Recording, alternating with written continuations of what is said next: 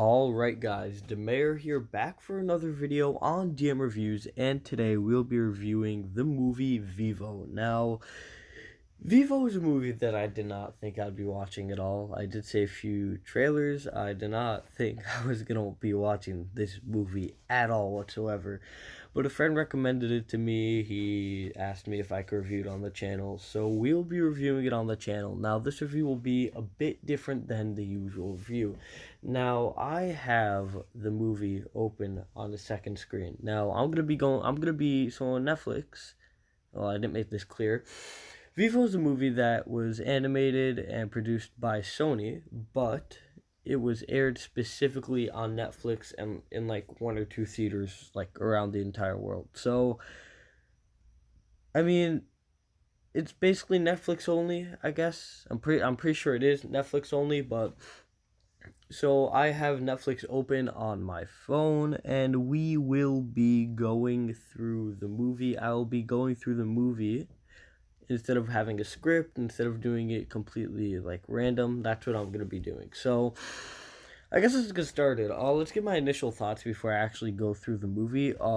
This movie was not as bad as I thought it was going to be. I thought that this was going to be horrible, but that was before I knew Lin-Manuel Miranda was going to be the star of the show. Now, he's not really the star of the show. He's not really the main character.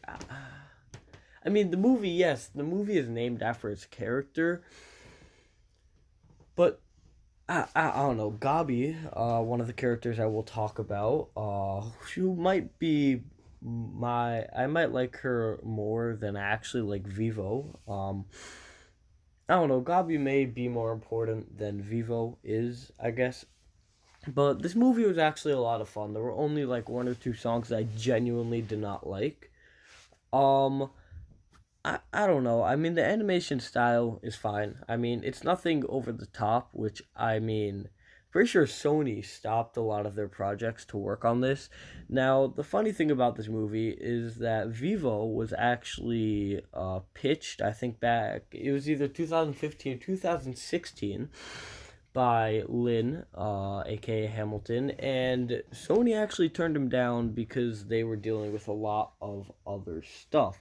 So they decided to pick it back up, and boom. I mean, this movie, as much as I didn't think I was going to enjoy it, I have to say, this movie is, it's amazing.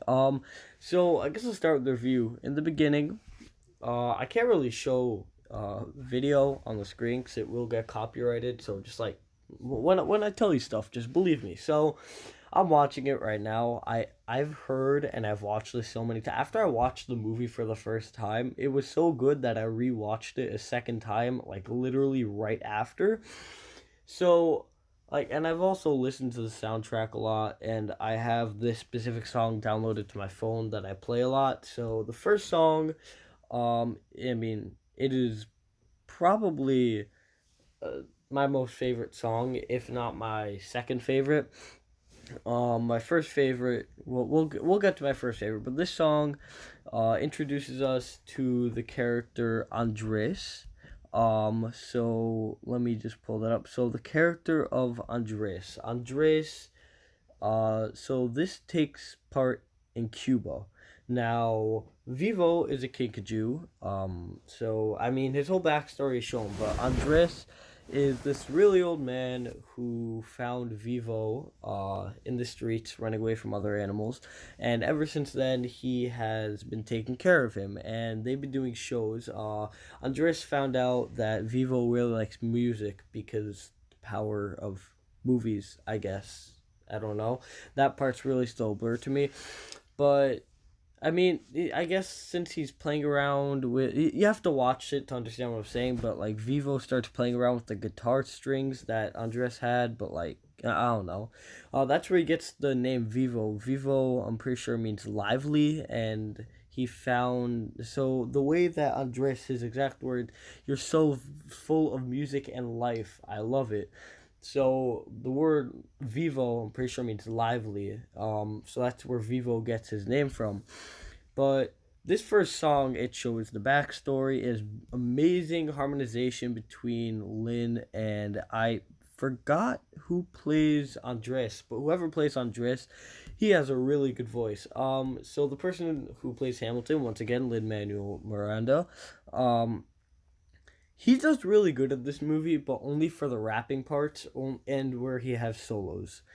The only other time where he does good when he's not by himself is with Andres, because Andres has such a deep voice and Vivo has such a high voice that it goes together so well.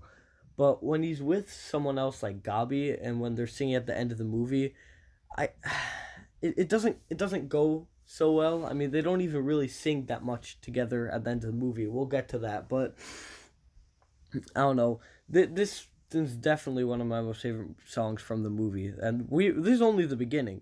So we then go, and at the end of the show that Vivo and Andres are putting together, Andres and Vivo are talking. Now, something else that I have no clue how this works.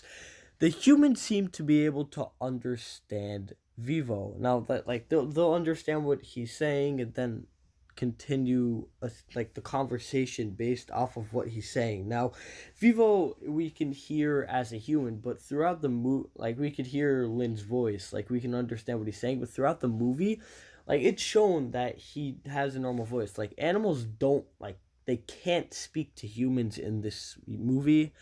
In this universe, I guess not really universe because there's only one movie, I guess. But I don't know. They can't really understand each other. But after a show, it pans out to later in the day, and there are a bunch of people fighting in the street because someone almost got hit by a car, which is, pretty funny. But Andres gets a letter, and it's from his old friend, and this sets the tone for the entire movie. This starts the adventure. So Andres gets a letter from his old friend who he used to play with, and his old friend. Oh, why am I forgetting her name? 1 second. Why am I forgetting her name? Marta. There we go. So Marta Sandoval. So she is, I guess, the person. So Marta is a singer, and she had her whole big thing. She was one of the biggest singers, I guess, in the world, in this world, like the world of Vivo, I guess. And Andres used to be a background player. So Andres gets a letter from Marta, and Marta's gonna be having her final show. Now, Andres used to have feelings for Marta, but Marta then went to America and started playing music by herself. And Andres never got the chance to tell her how she felt, so he wrote a song about it. Now, um, later, Vivo and Andres go back to the house and go back to their house, and this is probably one of the songs that I like. It's not that I hate, but like I just don't like. It didn't really find me as like. It just didn't find me. So Andres starts singing about the place where Marta's gonna be singing for the last time. It's called the Mambo Cabana. It is in Miami, and Vivo doesn't want to leave everything behind because he's so used to what he's had and the life that he's made with Andres, and everything is starting to turn blue and everything. Like the visuals for this is actually really really cool. But Vivo's just trying to stop everything from changing because he doesn't know what he would do if everything were to change.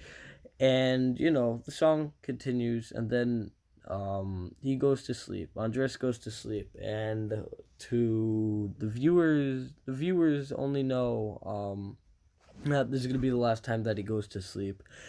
Andres never wakes up. Andres dies in his sleep. And Vivo is now filled with guilt, and the whole movie is about him trying to bring the song to Marta because he felt bad that the way that he was acting towards Andres. So the song starts flying away, he starts running after it, like classic movie stuff. Oh no, it almost falls into a river, it's gonna get ruined, and then he catches it, which I don't know, it's pretty cool. And then there's another song, well, before the next song, there is, I guess, his memorial, by the place that they were singing and performing for the first time, and we get introduced to Gabi, which is the newest main character to this story. Yeah, so like I said before, Gabi has to be one of my most favorite characters from the whole movie. So the memorial ends, and Vivo like does his part to what he thinks he should be doing, and then he goes into a song about him and how he's gonna start going and trying to get to Miami. Now Vivo the next day finds his way into Gabi's suitcase, and he ends up in Gabi's home. Now, from this point forward, for the first 20-ish minutes, I was going into deep-ish detail. Not like too deep because I can't really show it to you, but I was going pretty deep into the movie. From now on, I'm gonna be rushing through because as good as the movie is, like the beginning and the ending is the best part. What happened in the middle, like the journey, it's okay. There's a lot of stuff that I think could have been changed. So, my next least favorite song, my next least favorite song happens now.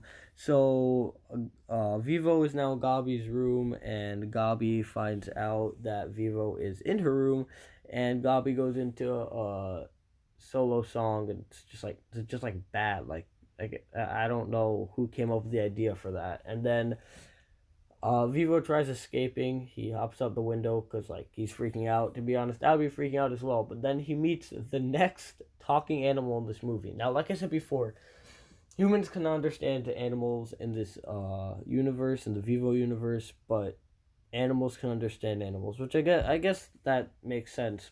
A dog can like understand the kinkajou, but Vivo shows the song to Gabi, and Gabi now wants to help him, and now they're trying to figure out a plan. So she gets a bus ticket, and they're gonna try and go to Miami, and her mom's against it, but she doesn't really care. So then it goes to the plaza, and Vivo and Gabi are now in the plaza, and we find our first, I guess, enemy. Not really, but like I guess bad guys of the movie, and they're the Sand Dollars. The Sand Dollars are the Girl Scouts in this movie. Basically they're really annoying, and I hate them. They're my least favorite characters of the entire movie. But they find out about Vivo, and of course the main one, the one with the blonde hair, because in movies that's the annoying one. She's just on Gabi's case about having Vivo because he's not vaccinated. He just randomly found her, and she's just being annoying, and I just hate her as a character. I don't even know her name, and to be honest, I don't care to know her name. And Vivo's starting to freak out because the bus starts driving away as they were trying to catch him. The Sand Dollars stop them, and now they're biking away, and they are going to miss the bus. And then there's like I guess it's a pretty funny chase scene. Vivo just taking stuff out of Gabi's backpack and throwing it at the Sand Dollars. This is a pretty funny scene. And then there is this next scene. Oh my god. I knew exactly where it's going. Basically, there's a drawbridge, and the drawbridge is going up, and Gabi and the Sand Dollars are going. And like the things are going down to block cars from going, and Gabi somehow thinks that she's gonna make the jump, and she's already losing momentum. She has to like dip her bike under the bars, and I don't even know how she managed to do that. But she then thinks that she'll be able to make the jump, and she tries, and then she doesn't, and then she falls in the water. Falls in the water, then they get stuck in a boat filled with sand, I guess. Vivo starts freaking out. Gabi just like not caring at all. Then Gabi makes a boat, and then they go into the rainforest. They start singing. This song was pretty good. I forgot the name of this one actually. Basically, they're just going through the jungle, rainforest, whatever. They're just going. They meet the flamingos for the first time. They were somewhat important. We then cut to a scene of Marta saying, like she's preparing for the finale, and there has been no word from Andres, and I'm pretty sure the people in Miami still have no clue what happens, because her attendant like her attendant tells her that she's gonna try her hardest to figure out what's going on, and the sand dollars for some reason are now in the forest to chase after them. Vivo is lost in the Everglades. One of the girls is just eating cookies because they said so. Yeah. um, Sand dollars find out about the song. Vivo's cornered by a giant serpent. Then proceeds to go into a song, which was a pretty catchy song. I liked it. Vivo also is saved by the flamingos, which I thought was really cool. Well, no, the song is after he's saved by the flamingos. After he's saved by the flamingos, he ties the giant serpent into a knot around a tree, and then he can't move. And then the sand dollars are all like, "Wow, we want to help you. This is how this works now." So basically, they randomly became friends just because they said so, and now they're gonna help Gabi get to Miami, even though they were just enemies like 2 seconds ago. Like that, I just hate that. It's just like, oh yeah, we're doing this now. Like I don't like that about this movie. The Sandals are just like, oh yeah, we hate you. Oh yeah, sure, we'll help you get to Miami because we said so. So this next song may be my most favorite one. Basically, what's happening is, as much as I hate how the Sand Dollars randomly decide to help Gabi and Vivo, um, and also, what I don't like about the scene is Vivo starts talking, and one of the Sand Dollars is just like, "Oh, you heard the Kinkajou. Let's do this." But they can't understand the animal. The animal speaks animal words, not human words. It makes no sense. But whatever, that's a whole different conversation. I already mentioned at the beginning of the movie. I'm not going to go into it again. I'm very upset about that. But they're now gutting towards Miami. They went through the Everglades. Now they're going to the shore of Miami, and they're going to try and get to the Mambo Cavana on time. Now, this is probably my most favorite song of the whole thing. It's called Miami Running Out of Time, but Miami is spelled Miami, like it's split up on purpose because that's a major part of this song. And if you're to listen to any songs from this movie, I highly recommend listening to the grand finale, One of a Kind, which is the first song I just remembered, and then Running Out of Time, which is my favorite song of this whole thing. It's Gabi and Vivo. They have a duet. It's just a good song. The tempo keeps on speeding up because the pressure keeps on getting higher, and they finally get to the Mambo Cabana, and Gabi doesn't have tickets, and she just starts running in, and then they're running around, and then they reach a dead end. Now, there is a locked door, and the security guards are coming after Gabi and Vivo. And then Gabi tells Vivo she sees an open window, and he has to climb in to unlock it. But it's locked. So Vivo is now on his own, which I guess creates tension. I don't know. So Vivo finds Marta before she's about to go sing, and Marta's crying, and then Marta realizes that he's Vivo, and Marta gives the song to, Vivo gives the song to Marta, and then Marta decides that she's going to sing the song. I mean, it makes sense, but we then go to Gabi and her mom in the car, and Gabi is trying to explain to her mom that she was listening to what a Kinkajou said, even though she can't really understand the Kinkajou. She had to follow the Kinkajou, to get the song, and the mom's like freaking out because Gabi is a kid who's like not insane, but she's on the wilder side. And she lost her dad when she was really, really young, and I probably should have mentioned that before. I don't even know why I didn't. That's really, really bad. I have no clue why I didn't mention that before. Oh God. But now, after Gabi is in the car with her mom, I mean, I wouldn't blame her mom. I mean, if I was a parent and my child would tell me, just like, oh yeah, I went to Miami by myself, almost got myself killed multiple times because a Kinkajou told me to do so, even though I can't really understand him, I would also think that my kid is insane. Like, I don't blame the parent here. Now, what I don't like about this is randomly and randomly oh my god, my thoughts, I just don't like this part. Basically, they're arguing in the car, and then the mom's just like, oh yeah, Vivo's in Cuba, and then Vivo falls on the roof, and then group hug time, the mom says sorry and then hugs the Kinkajou and Gabi. I mean, I I would apologize, but like I don't know. So now the mom decides to have a change of heart because Cuba. I don't know. I just don't understand. She decides, oh yeah, now we're gonna go to Marta Sandoval, and they go to her last concert. And this part also makes me very upset. Marta says that she is going to end off her last concert with a brand new song written by an old friend and delivered by new ones. I'm sorry. Are you really that sad in your life that you are making friends with a 10-year-old and a kinkajou who you can't even understand, but apparently you can understand even though you can't? Like, I don't understand. And then now the background singers know exactly what to start singing and what to like start playing, but the song was delivered right before Marta like went on stage. How do they know what to start singing? Now, this is gonna sound very stupid, but as this last song, this last farewell, I expected this song to be so much more. It was a literal underwhelming to me.